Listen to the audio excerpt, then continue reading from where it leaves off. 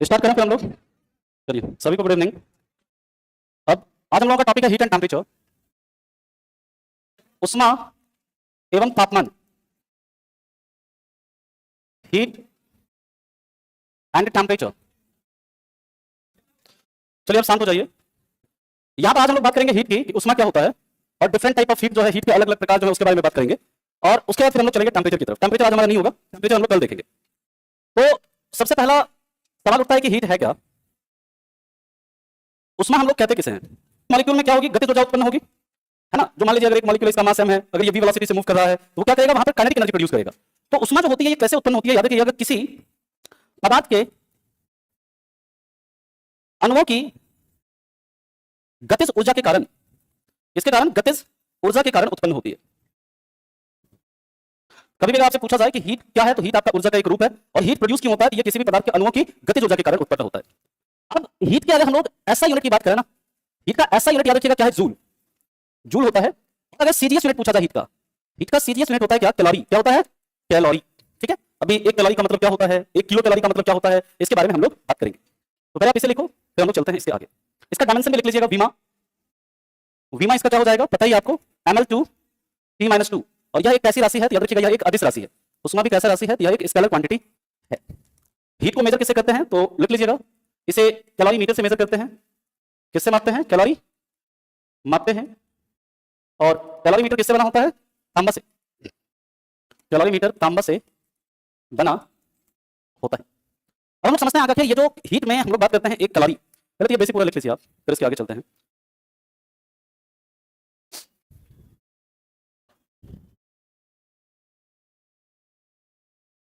हो गया? चला आगे? कोई नहीं, लिखो लिखो, आराम से लिखो। अब हम लोग बात करेंगे एक कैलोरी हीट क्या होता है, पहले इसकी बात करते हैं। काफी कॉन्सेप्चुअल चैप्टर रहेगा, काफी इंटरेस्टिंग भी है और इंपॉर्टेंट भी है।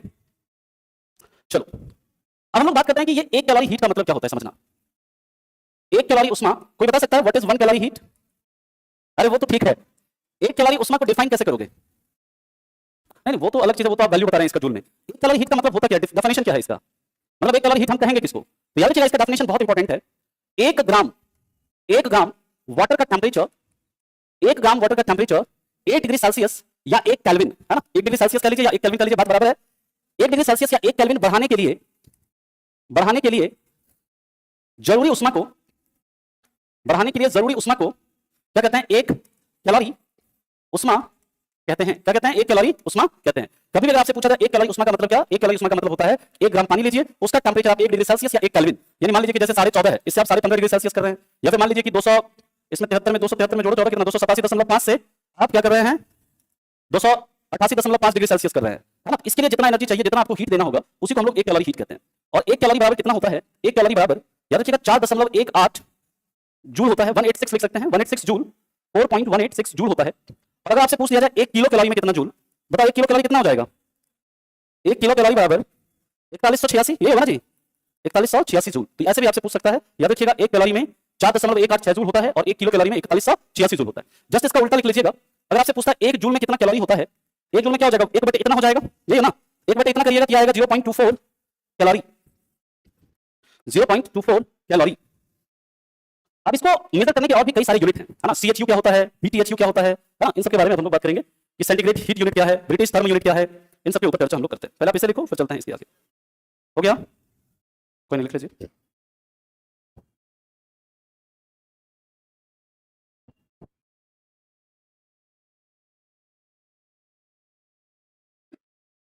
चला आगे?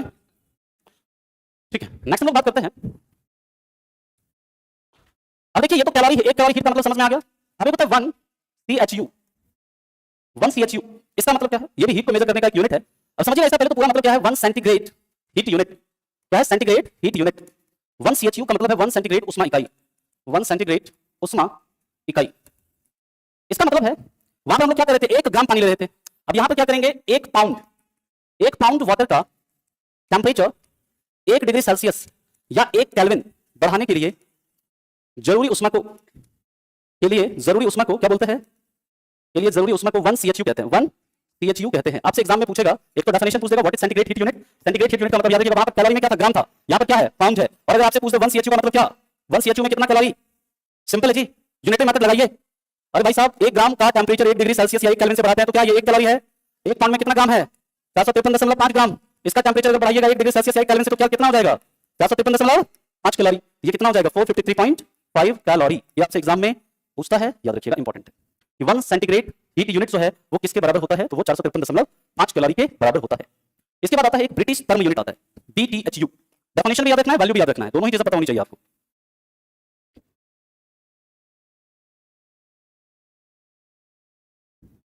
चला आगे,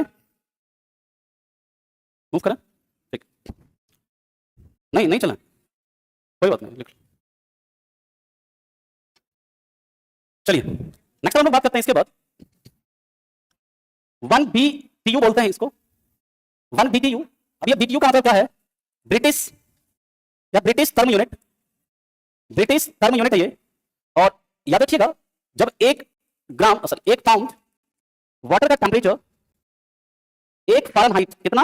1 डिग्री फ़ारेनहाइट बढ़ाने के लिए, तो यहां पर देखिए क्या था, इसमें क्या था, इसमें था सेल्सियस, है ना, यहां पर सेल्सियस या केल्विन में बढ़ा रहे हैं, लेकिन यहां पर क्या कर रहे हैं, 1 पाउंड वाटर का टेम्परेचर किसमें बढ़ा रहे हैं? फ़ारेनहाइट में। 1 डिग्री फ़ारेनहाइट बढ़ाने के लिए जरूरी उष्मा को कहते हैं ब्रिटिश टर्म यूनिट कहते हैं, BTU या फिर ब्रिटिश टर्म यूनिट कहते हैं। और 1 BTU या 1 ब्रिटिश टर्म यूनिट बराबर कितना होता है? तो याद रखिएगा ये होता है 252 कैलोरी। कितना होता है? 252 कैलोरी। तो ये याद रखिएगा, इंपॉर्टेंट है, यहां से पूछता है। अब इसके बाद याद रखना टर्म, टर्म जो है, टर्म भी हीट को मेजर करने का एक यूनिट है, टर्म भी हीट को मापने की एक इकाई है, यानी कि हीट को टर्म में भी मापा जाता है। और 1 term is equal to 1 term बराबर कितना होता है? याद रखना 10,000 BTHU या BTU।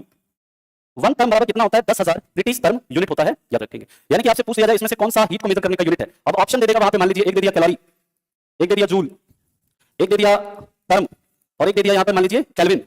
और आपसे पूछते हैं इसमें से कौन सा हीट को मापने का यूनिट नहीं है, नहीं है। अगर आपसे पूछते तो कौन सा नहीं है हीट को मेजर करने का यूनिट इसमें? अरे केल्विन नहीं है, केल्विन किसको मापने का यूनिट है? टेंपरेचर को मेजर करने का यूनिट है ना। बाकी टर्म में भी हीट को मेजर कर सकते हैं, जूल में भी मेजर कर सकते हैं, कैलोरी में भी मेजर कर सकते हैं। आगे बात समझ में? चलिए अब हम लोग बात करते हैं इसके बाद एक कांसेप्ट है स्पेसिफिक हीट, सबसे ज्यादा इंपॉर्टेंट है जो यहाँ पर स्पेसिफिक हीट या विशिष्ट उष्मा। इसको आप समझोगे तभी आप आगे के कांसेप्ट समझ पाओगे कि लेटेंट हीट क्या होता है, सेंसिबल हीट क्या होता है ना, गुप्त उष्मा क्या होता है, फिर हम लोग देखेंगे संवेदनशील उष्मा क्या होता है, तभी आप समझ पाइएगा हीट कैपेसिटी क्या होता है। ना तक क्लियर सभी ने? चलिए अब हम लोग बात करते हैं स्पेसिफिक हीट या फिर जैसे हम लोग बोलते हैं विशिष्ट उष्मा। विशिष्ट उष्मा का मतलब क्या होता है समझिएगा कि 1 केजी वाटर है, 1 केजी वाटर, है ना, या 1 केजी मतलब 1 केजी वाटर नहीं, ऐसे लिख लीजिए 1 केजी किस द्रव्यमान का, किसी, अरे लिख लो भाई, किसी पदार्थ के, आप उल्टा ऐसे लिख लीजिए ना, 1 केजी द्रव्यमान के किसी पदार्थ के लिख लो, है ना। चलिए कोई नहीं, चलिए फोकस करिए। किसी पदार्थ के 1 केजी द्रव्यमान का तापमान 1 डिग्री सेल्सियस बढ़ाने के लिए, या 1 डिग्री सेल्सियस या यहाँ पे 1 केल्विन भी लिख सकते हैं, बढ़ाने के लिए जरूरी उष्मा को, कोई भी पदार्थ है उसका 1 केजी द्रव्यमान है, उसका तापमान आप 1 डिग्री सेल्सियस बढ़ाओ या 1 केल्विन बढ़ाओ, बढ़ाने के लिए जरूरी उष्मा को उस पदार्थ की विशिष्ट उष्मा कहते हैं, उस पदार्थ की विशिष्ट उष्मा कहते हैं। और इसका जो ऐसा यूनिट होता है ना, याद रखिएगा, वो होता है जूल पर केजी केल्विन। क्या होता है? जूल पर केजी केल्विन। और अगर इसके विमा की बात करें, देखो विमा निकालेंगे कैसे, तो ये आपका जूल क्या होता है? केजी मीटर स्क्वायर पर सेकंड स्क्वायर, ये होता है ना जी, बटे केजी और केल्विन हो जाएगा, है ना। बोलो, जूल को लिखेंगे केजी मीटर स्क्वायर पर सेकंड स्क्वायर बटे केजी केल्विन। केजी केजी क्या हो गया? कट गया, बचा क्या मेरे पास? m स्क्वायर बटे सेकंड स्क्वायर केल्विन। अब इसको लिखिएगा, क्या लिखिएगा? L2 T-2 K-1, है ना, L2 T-2 और K-1, ये इसका क्या है? ऐसा यूनिट है। इसके बाद सीजीएस यूनिट याद रखिएगा, इसका सीजीएस यूनिट, ये कई बार आपके एग्जाम में ये दोनों ही पूछा गया है, बहुत बार पूछा गया है। इसका होता है कैलोरी पर ग्राम सेंटीग्रेड, कैलोरी पर ग्राम सेंटीग्रेड, कैलोरी पर ग्राम सेंटीग्रेड। इसका डेफिनेशन भी याद रखना है, साथ ही साथ इसका एसआई यूनिट भी याद रखना है और डायमेंशन भी याद रखना है, तीनों ही आपसे एग्जाम में पूछा गया है। अब इसके आगे चलते हैं, हो गया। चलिए नेक्स्ट हम लोग बात करते हैं इसके आगे, क्या नहीं हुआ है? लिखो लिखो जल्दी लिखो यार।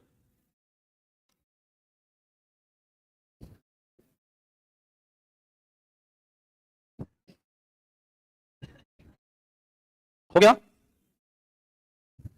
चलिए नेक्स्ट हम लोग बात करते हैं, याद रखिएगा गैस में सबसे ज्यादा स्पेसिफिक हीट, गैस में सबसे ज्यादा विशिष्ट उष्मा हाइड्रोजन की होती है। हाइड्रोजन की विशिष्ट उष्मा जो होती है ना, ये सबसे ज्यादा होती है। कितना होता है हाइड्रोजन का विशिष्ट उष्मा? याद रखिएगा इसकी विशिष्ट उष्मा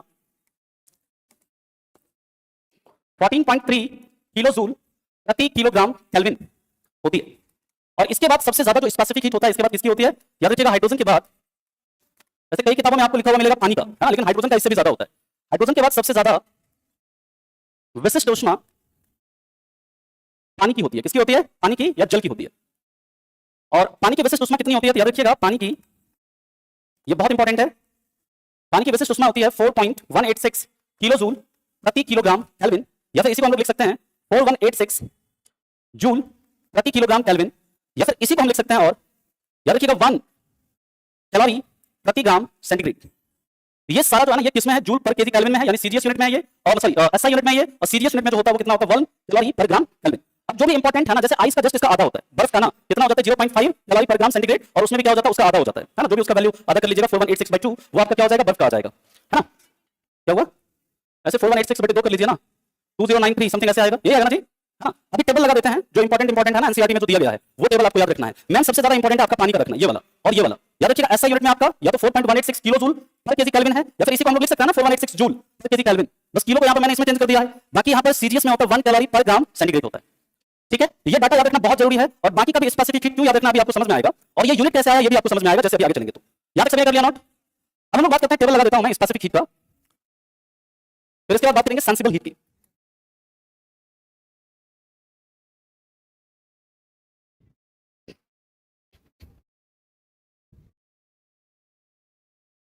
देखो ये टेबल है, ये टेबल आपको पता होना चाहिए, इंपॉर्टेंट है बहुत। सबको दिख रहा है ये?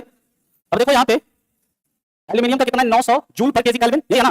कार्बन का इतना है, कॉपर का ये है, लेड का ये है, सिल्वर का ये है, टंगस्टन का ये, वाटर का ये। इसी तरह आइस का, ग्लास का, आइस का कितना है? 2060 के आसपास है, मतलब कि जस्ट इसका क्या ऑलमोस्ट आधा है। इसके बाद आयरन का देख सकते हैं ये रहा, केरोसिन का ये है, एडिबल ऑयल का ये है, मरकरी का इतना। अब इससे क्या पता चल रहा है आपको? मतलब कि स्पेसिफिक हीट क्या बताता है? ये बताता है कि कोई भी पदार्थ ना आप कितना जल्दी गर्म कर सकते हैं, किसी भी पदार्थ को कितना जल्दी आप ठंडा कर सकते हैं, यानी कि किसी के टेंपरेचर में इंक्रीज करने के लिए कितना कम हीट देना पड़ेगा, वो ये बता रहा है आपको, है ना। इससे आप स्पेसिफिक हीट से देखिए कैसे आपसे क्वेश्चन वगैरह बनेगा। ये इतना का स्पेसिफिक हीट को याद रखना ही रखना है आपने, है ना। इसको मेमोराइज करिए जैसे भी करना है, लेकिन मेमोराइज करो इसको। पानी का तो पानी, बर्फ, ये सब जैसे एल्यूमिनियम है, लेड है, इसके बाद ये आपका मरकरी है, ये सब आपसे खूब पूछता है पेपर में, पूछ देगा कि इसका स्पेसिफिक हीट क्या है। ठीक है, इस तरह से सवाल आपसे बनेगा। देखिए जैसे मान लीजिए कोई पदार्थ है, एक होता है सेंसिबल हीट। सेंसिबल हीट का मतलब है संवेदनशील उष्मा। संवेदनशील उष्मा का मतलब क्या होता है कि किसी पदार्थ में ही निहित उष्मा को, यानी कि कोई भी ऑब्जेक्ट है, कोई भी पिंड है, उसमें कितना हीट है ना, उसी को हम लोग क्या बोलते हैं? किसी पदार्थ में निहित उष्मा को उस पदार्थ की संवेदनशील उष्मा कहते हैं। अब समझिएगा ध्यान से इस चीज को। Heat wasted in any body, उसको क्या बोलते हैं? Heat wasted in any body is called sensible heat. अब देखिए कोई पदार्थ है, यहां पर मान लीजिए हमारा m kg, यहां पर पानी है, बर्फ है, लोहा है, कुछ भी है, उसका अगर m kg द्रव्यमान है मान लो, समझो। अब इसका टेंपरेचर जो है ना, अगर मान लीजिए कि इसके टेंपरेचर में हम डेल्टा टी चेंज कर रहे हैं, मान लीजिए कि आप जैसे 20 kg वाटर मान लो, है ना, कितना? 20 kg वाटर। अब इसका टेंपरेचर मान लीजिए हमें क्या करना है? 20 डिग्री सेल्सियस से क्या करना है? 30 डिग्री सेल्सियस चेंज करना है। तो यहां पर इसका डेल्टा टी कितना हो जाएगा बताओ? 10 डिग्री सेल्सियस ही होगा जी, या 10 केल्विन। यहां पर इसका मास क्या हो जाएगा? 20 kg।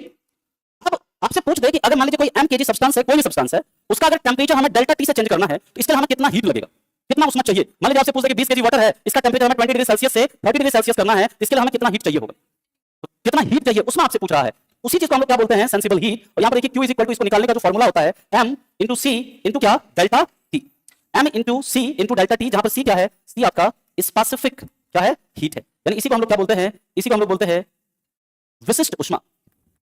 अब जैसे यहां पर मान लीजिए हमारे पास 20 kg पानी है, अब इस 20 kg पानी का टेंपरेचर हमें इतना बनाना है तो कितना हीट चाहिए? ये फार्मूला पुट करिए आप। अभी लिखने के लिए मैं समय दूंगा, पहले समझो। Q इज इक्वल टू कितना देगा? कितना है? 20। सी अब पानी का कितना है जी? 4186 जूल और केजी केल्विन, ये है ना। टेंपरेचर में कितना चेंज हुआ है? 10 केल्विन। ये यहाँ पर 20 kg है, केजी केजी कटा, केल्विन केल्विन कट गया। अब इसको आप बताइए कितना हो जाएगा? 2 6 12 17 3 83 से 72 यही होगा, इस पर 2 जीरो लगेगा, इतना जूल। या फिर इसी को हम लोग लिख सकते हैं 837.2 किलो जूल, लिख सकते हैं ना जी। समझ में आया? इस तरह से आपसे सवाल बनेगा। तो पहले आप इसे लिखिए, फिर इसके बाद हम लोग आगे क्वेश्चन करते हैं। एक तो न्यूमेरिकल यहां से इसी तरह से न्यूमेरिकल बनता है। क्या हुआ? अच्छा पहले ये दिखा दें, लिखो तो इस पे। अच्छा ये भी लिखना है क्या? ये सब लिख लिए? करो करो करो इसको। गजब है यार एकदम तुम लोग का मन, कभी पीछे कर रहे हो कभी आगे कर। चलिए कोई नहीं, लिखिए इसे, फिर चलते हैं इससे रिलेटेड क्वेश्चन करते हैं।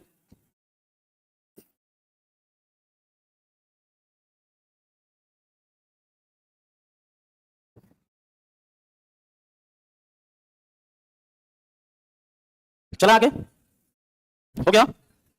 चलिए नेक्स्ट है,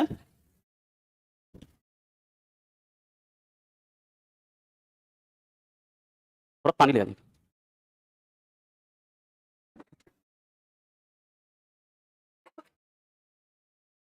इसको धो दीजिए। चला, चलो अब अगला क्वेश्चन करो न्यूमेरिकल। ये करोगे तभी हम समझेंगे कि तुम लोगों को समझ में आया, नहीं करोगे तो फिर से समझाना होगा हमको। लिखो 15 केजी एल्यूमिनियम का टेम्परेचर 40 डिग्री सेल्सियस से 70 डिग्री सेल्सियस करने के लिए जरूरी उष्मा क्या होगी? अभी जरूरी उष्मा क्या होगी? और दिया है आपका एल्यूमिनियम का स्पेसिफिक हीट 900 किलो जूल प्रति किलोग्राम। ये दिया हुआ है आपको क्वेश्चन में, जनरली दिया रहता है और नहीं दिया रहेगा तो आपको पता होना चाहिए, है ना। 900 जूल पर केजी केल्विन, ये आपको दिया हुआ है। अब इसको बनाना है आपने, इस तरह का न्यूमेरिकल रहेगा। यहां से निकालिए, फिर चलते हैं इसके आगे। मुझे भी पता नहीं, देख लेते हैं, सॉल्व कर लेंगे, है ना। देख रहे हैं।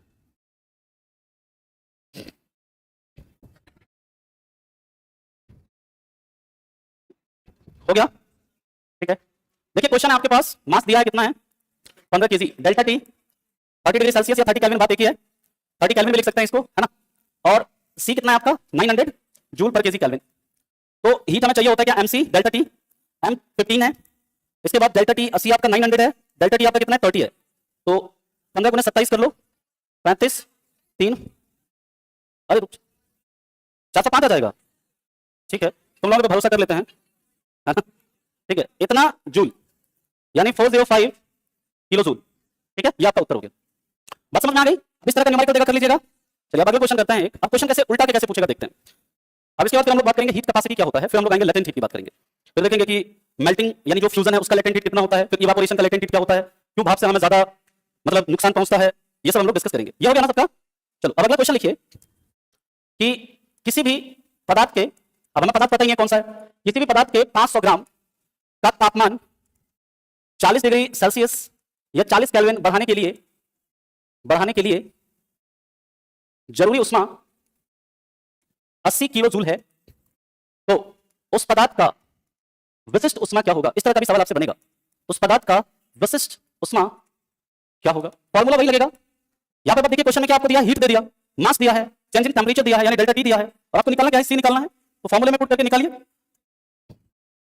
देख लेते हैं, ठीक है, देख लेते हैं, सब करिए पहले, फिर इसके बाद अगला कॉन्सेप्ट देखेंगे हम लोग।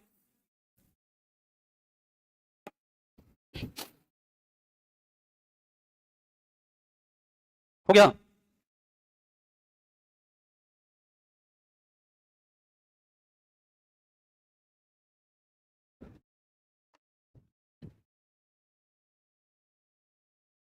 करें। देखिए आपको निकालना है एस, एस का कई बार देखो फॉर्मूला भी पूछ देता है, तो क्यू इज इक्वल टू क्या होता है, एम सी डेल्टा टी।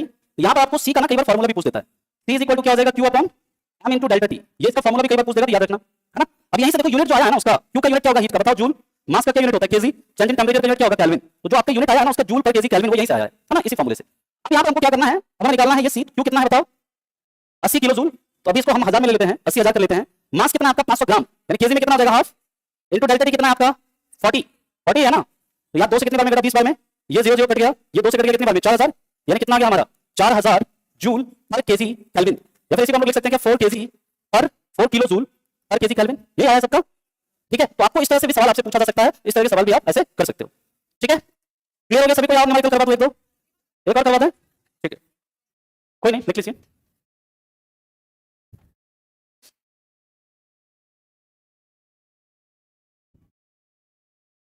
चला आगे, अब थोड़ा सा चेंज करेंगे डाटा में, थोड़ा सा क्वेश्चन में भी चेंज करेंगे। अगला क्वेश्चन है कि 50 ग्राम आइस का टेम्परेचर -40 डिग्री सेल्सियस से -30 डिग्री सेल्सियस करने में कितना हीट लगेगा, या कितना कैलोरी हीट लगेगा, ये आपसे पूछा जा रहा है, कितना कैलोरी हीट लगेगा। पिछला क्वेश्चन नहीं आया समझ में, कोई बात नहीं है, फिर से समझा देते हैं। देखिए आपको क्या करना है ना कि कोई भी पदार्थ है उसका 500 ग्राम है ना, अब उसका टेम्परेचर हमको क्या करना है 40 डिग्री सेल्सियस या 40 केल्विन बढ़ाना है। उसके लिए कितना, उसके लिए जरूरी उष्मा जो है वो कितना है, 80 किलो जूल है। क्या उस पदार्थ का विशिष्ट उष्मा क्या होगा? तो देखो क्वेश्चन में क्या है ना, यहाँ पे आपको दिया है Q इक्वल टू क्या होता है, एम सी डेल्टा टी होता है। आपको Q दे दिया कितना है, 80,000 जूल, ठीक है। पदार्थ का द्रव्यमान दिया हुआ है कितना है, द्रव्यमान 500 ग्राम है, तो ग्राम है तो ग्राम में नहीं रखेंगे ना, इसको पहले केजी में बदलेंगे। केजी में बदलने के लिए क्या करना पड़ेगा, 1000 से डिवाइड, इनको हमें ये सी निकालना है। डेल्टा टी कितना आपका 40 है, इसको आप सॉल्व कर लीजिए। ये 50 से कितनी बार में कटेगा, 2 बार में। ये 2 से कितनी बार में, 20 बार में। एक जीरो काट दीजिए, यहां से कट गया। 2 से कितनी बार में कट गया, 4000 में। तो सी कितना आ गया, 4000। इधर क्या ये जूल है ना, जूल पर केजी केल्विन। इसको किलो जूल में लिखना है तो 4 किलो जूल लिख सकते हैं। आ गया समझ में, ठीक है ना। अब हम लोग बात करते हैं इसके बाद, ये क्वेश्चन है आपको बताना है कि 50 ग्राम आइस है, उसका टेंपरेचर जो है -40 डिग्री से -30 डिग्री सेल्सियस करना है। इसमें कितना कैलोरी हीट लगेगा।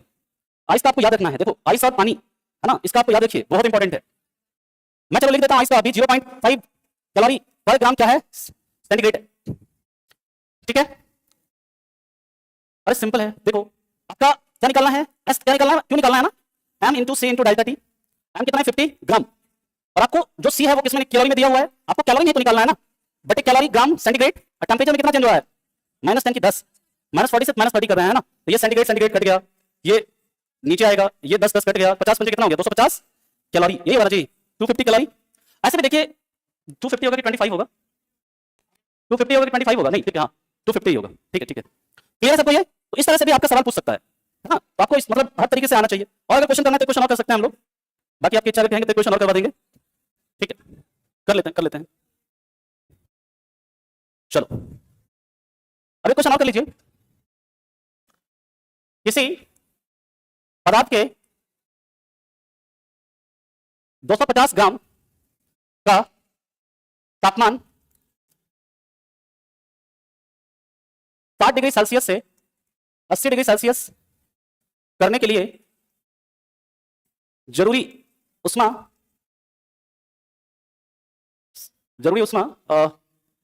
600 कैलोरी है, तो इसका स्पेसिफिक हीट, तो इस पदार्थ का स्पेसिफिक हीट कैलोरी पर ग्राम सेंटीग्रेड में क्या होगा। तो ऑप्शन मान लीजिए आपका दिया रहेगा, इस कैलोरी पर ग्राम सेंटीमीटर में दिया हुआ है आपका ऑप्शन। अब इसको करो, फार्मूला वही लगेगा आपका, यूनिट के साथ खेल होता रहेगा आपके साथ, है ना।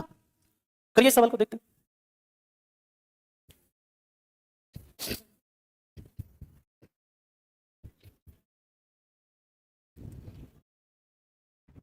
देखते हैं, अभी तो मुझे भी पता नहीं, मैंने भी रैंडमली डाटा दिया है आपको।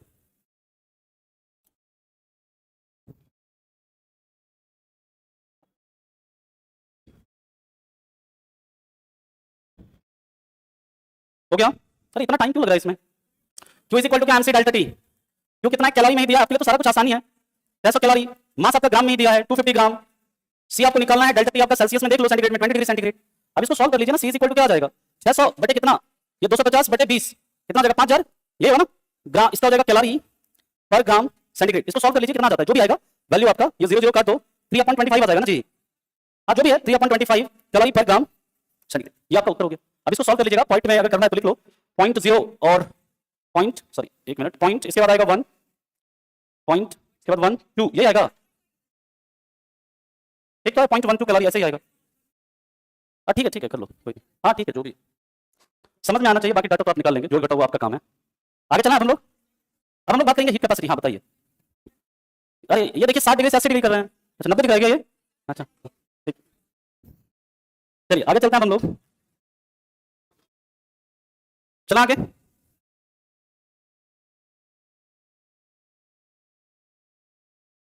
चलो अब हम लोग बात करते हैं हीट कैपेसिटी। हीट कैपेसिटी या फिर इसको हम लोग बोलते हैं उष्मा धारिता। उष्मा धारिता का मतलब है क्या, किसी पदार्थ के m kg, किसी पदार्थ के m kg, यानी अब वहां पर मतलब 1 kg नहीं, यहाँ पर 5 kg भी हो सकता है, 10 kg, 100 kg, 500 kg, 1 ton 2 ton कुछ भी हो सकता है। किसी पदार्थ के m kg का तापमान 1 डिग्री सेल्सियस या 1 केल्विन बढ़ाने के लिए जरूरी उष्मा को उस पदार्थ का हीट कैपेसिटी कहेंगे, क्या कहेंगे, उष्मा धारिता कहेंगे, हीट कैपेसिटी कहते हैं। अब समझिएगा, हीट कैपेसिटी का जो फॉर्मूला अगर निकालना चाहेंगे हम लोग, कैसे निकालेंगे पहले ये समझो। ये फॉर्मूला कैसे निकलता रटना नहीं है, आपको ये पता है कि अगर 1 kg कोई पदार्थ है, उसका टेंपरेचर अगर 1 डिग्री सेल्सियस या 1 केल्विन बढ़ाएंगे तो क्या बोलते हैं उसको, स्पेसिफिक हीट, है ना। अब m kg का टेंपरेचर जो है उसे हम लोग बढ़ा रहे हैं क्या, 1 डिग्री सेल्सियस या 1 केल्विन, इसके लिए क्या होगा m इंटू सी, और इसी m इंटू सी जो है यही तो क्या आपका हीट कैपेसिटी। अरे हाँ ना बोलो, हीट कैपेसिटी बड़ा बाद में बोल रहा है, तुमको देसा है क्या सब ठीक है, यानी कि उष्मा धारिता बराबर क्या हो गया,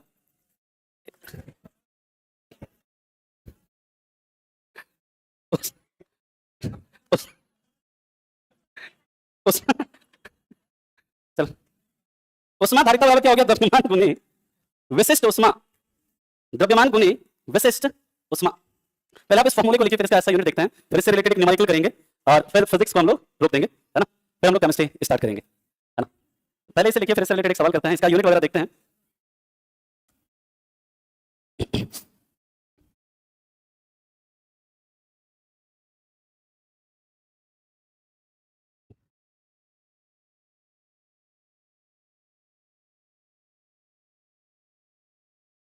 हो गया, चलिए ये फॉर्मूला सबको समझ में आ गया। चलो अब देखो, इसका ऐसा यूनिट अगर आपको निकालना है, याद मत करिए, निकालिए इसको।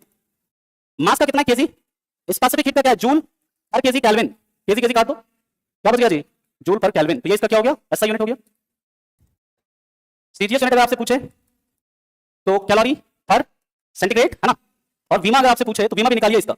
जूल का क्या लिखेंगे, केजी मीटर स्क्वायर पर सेकंड स्क्वायर, बट केल्विन है तो यहां पर ऐसे केल्विन लिख सकते हैं, ठीक है। इसका डायमेंशन अगर लिखिएगा तो इसका डायमेंशन लिखो, क्या हो जाएगा, m l2 t - 2 k - है ना, यही होगा। चलिए अब हम लोग इसके आगे की तरफ चलते हैं। हो गया, चलो अब इसका आगे का स्टोरी देखते हैं। क्या,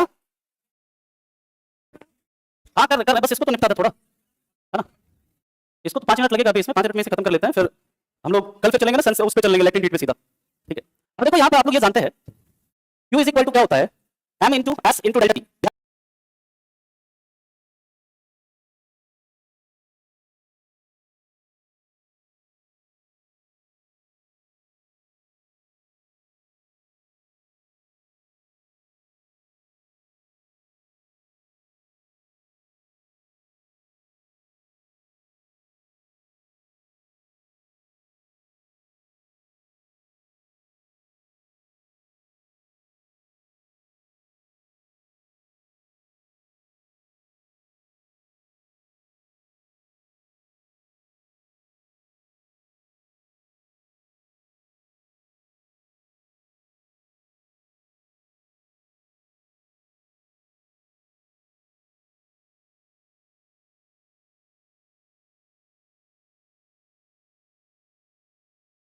m into c into delta T. कई जगह देखिए स्पेसिफिक हीट को कई जगह c से डिनोट करते हैं, कई जगह s से भी लिख देते हैं, ठीक है। अब यहां से बताओ c इज इक्वल टू क्या हो जाएगा, q अपॉन, कोई दिक्कत किसी को नहीं है। चलो उष्मा धारिता का फॉर्मूला क्या है, उष्मा धारिता का फॉर्मूला अभी आपको बताएं क्या होता है, m इंटू c होता है, पता ना जी। अब यहाँ पर m c की जगह पे ये वैल्यू पुट कर दो, q upon m into delta T. कोई दिक्कत किसी को, आया ना, बोलो, m खत्म, क्या फॉर्मूला आ गया अगला हमारा, q अपॉन डेल्टा टी। यानी कि उष्मा धारिता का जो हमारे पास फॉर्मूला आ गया वो आ गया q अपॉन डेल्टा टी, या फिर इसी को हम लोग लिख सकते हैं हीट रिक्वायर्ड, यानी जरूरी उष्मा बटे चेंज इन टेम्परेचर, लिख सकते हैं जी, जरूरी उष्मा बटे ताप में परिवर्तन। चलिए अभी से रिलेटेड दो तरह के सवाल बनेंगे यहाँ से, एक तरह का सवाल अभी करते हैं, एक तरह का सवाल फिर कल करेंगे। ये सारा फॉर्मूला आपसे पूछेगा, ये भी फॉर्मूला पूछ सकता है, ये भी फॉर्मूला पूछ सकता है, यूनिट भी पूछ सकता है, डायमेंशन भी पूछ सकता है, सब आपको याद रखना है। डायमेंशन नहीं पूछा है खाली, नहीं यूनिट भी पूछा है ना। कभी भी देखिए रटने का कोशिश मत करिए, इस तरह से निकल के डाटा है तो डाटा में तो कुछ कर नहीं सकते हैं, डाटा तो आपको रटना ही पड़ेगा। लेकिन ये सब है ना, अगर आपको तरीका पता है, अगर आपको दिमाग में भूल भी गए कैलकुलेट कर सकते हैं आप इस चीज को, है ना। अब क्वेश्चन है, चलो क्वेश्चन करें एक, अच्छा साइड, ठीक।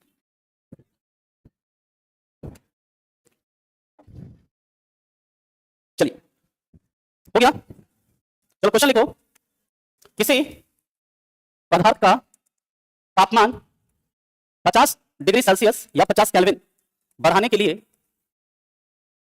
जरूरी उष्मा 12,000 जूल है, तो उसका उष्मा धारिता क्या होगा। एक तो बेसिक सवाल इस तरह से बनेगा, उसका उष्मा धारिता क्या होगा, सबसे बेसिक सवाल ये बनेगा। फिर दूसरा सवाल कैसे बनेगा वो हम लोग कल देखेंगे। 240 आएगा, हमको भी नहीं पता है।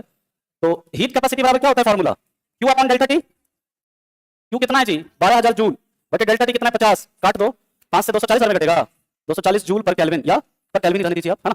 सही उत्तर क्या हो जाएगा इसका, इस तरह का सवाल आपसे बने तो ऐसे आपको करना है। बाकी दूसरा न्यूमेरिकल कैसे पूछता है वो हम लोग कल करेंगे, और कल हमारा टॉपिक रहेगा लेटेंट हीट। लेटेंट हीट के बाद कल देखेंगे टेंपरेचर, कल हीट एंड टेंपरेचर की सबसे इंपॉर्टेंट क्लास होगी, और उसके बाद परसों हम लोग देखेंगे मेथड्स ऑफ हीट ट्रांसफर, फिर हम लोग देखेंगे थर्मल एक्सपेंशन ऑफ वाटर।